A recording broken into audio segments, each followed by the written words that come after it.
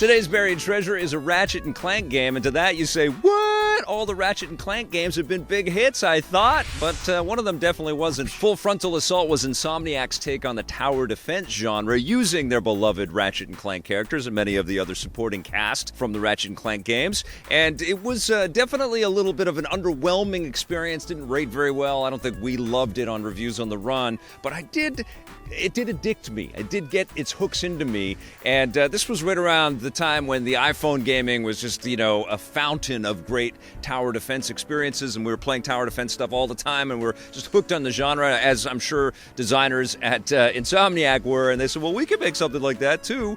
And of course, they used all of the great assets and a lot of the camera angles and the functionality that we've come to know and love in Ratchet and Clank, but now you had to take over nodes, and you had to augment them, and you had to beef them up, and you had waves and waves of enemies that you had to take out, and it offered a pretty decent but brief single-player experience. But the really great value in this game was getting into some cooperative play or some competitive play with friends, and taking on the opposing force as a human, and you're commanding troops, and you're sending out all kinds of great weaponry. Insomniac has given us so many fantastic weapons in this franchise, and it was just fun to see the escalation and the animation and the real sense of detail that Insomniac is really well known for.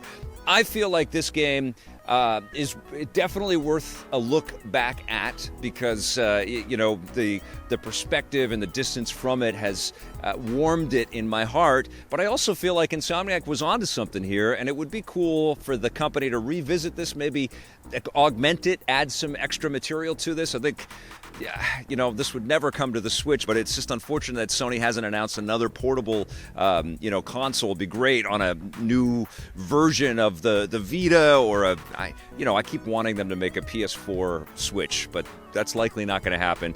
But a game like Full Frontal Assault could find new life. That's why Ratchet and Clank Full Frontal Assault is a buried treasure.